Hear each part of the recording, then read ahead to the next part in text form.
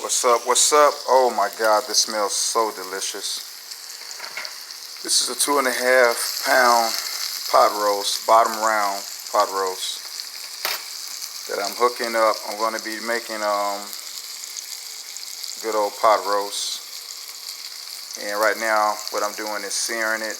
Got my pan over there already to go. You got to sear it on all sides. I got some garlic, some minced up garlic, minced onions, some thyme, some black pepper, very light Cajun seasoning.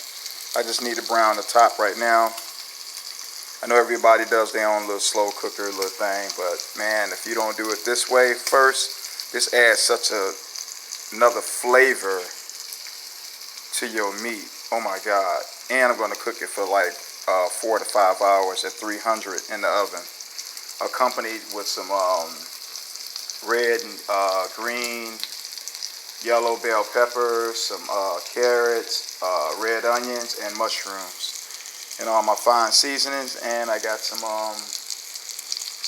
red, I'm lost for words here, some red potatoes to go with it.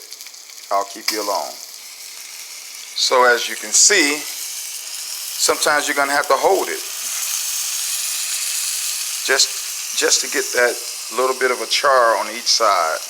You don't have to go super crisp. I know some people go real deep with it because they want theirs like seriously charred.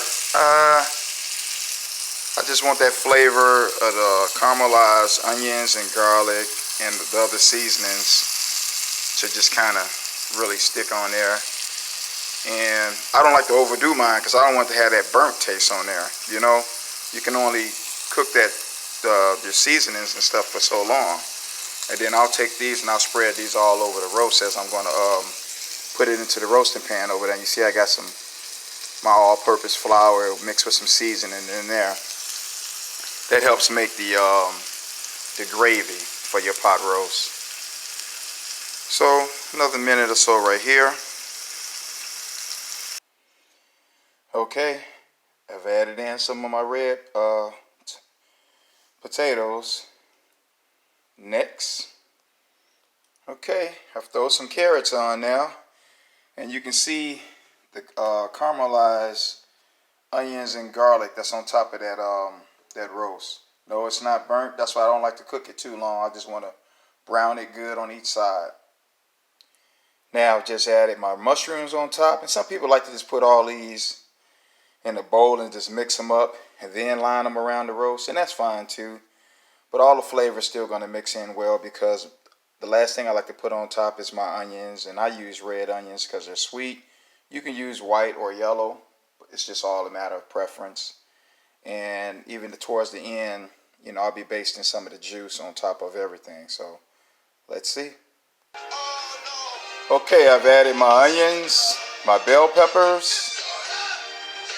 I've got everything on there. I add a little bit more seasoning, and I will top this off with just a little bit of butter. Some little, little cuts, about a half a stick, just cut up. And just add my chicken broth. And 4 to 5 hours later, it's gonna be yummy. All right. But as you can see, I cut the thin slices of butter, maybe a little bit under half of a stick. I don't like to go too much with it. Some people do a whole stick. I just do a little bit half or under. Also threw some more of my other seasonings on top. Don't try to go too heavy because you're going to get all them flavors from the onions and the bell peppers and the potatoes. So I don't do mine heavy. I don't need a whole lot of salt and all that. I like the natural flavors. But anyway, this is about to get covered up and go in the oven. Set for 300, and I'm gonna set that timer at start it off with like about 3 hours. I'll check on it. I've already got my chicken broth in there. It's a little bit over half. Don't totally cover your everything with your broth. I just take mine half, then I'll check it after 3 hours because I might have to add a little bit. All this right here will be like kind of flattened down. And then see, I like to put my potatoes, my red potatoes are at the bottom with the skin down, so all that flavor soaks down into those potatoes. Oh, it's going to be awesome. But anyway, I'll hit you back with the next one. Okay, got it all sealed up with some foil. It's in the oven. Ready to make it happen. Well, she's all tucked away. As you can see, my job is pretty much done. Kitchen is always nice and clean. That's a plus.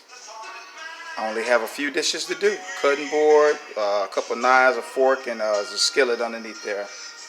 You know, gotta keep your kitchen clean. You know, it's all about cooking with love. Please share some recipes. I would appreciate it. These are my beautiful grandbabies up here. The baby girl with the and my daughters and my son's babies. Got 4 beautiful grandkids. A couple trinkets from some of the places I've been. Got a lot more stuff still packed up. Got my unofficial bar over there. My bar down there, I ain't finished making it up yet. Still actually putting it together, but hey, I'll hit you back later on, 4 hours later, to show you how tender and juicy it is. Peace.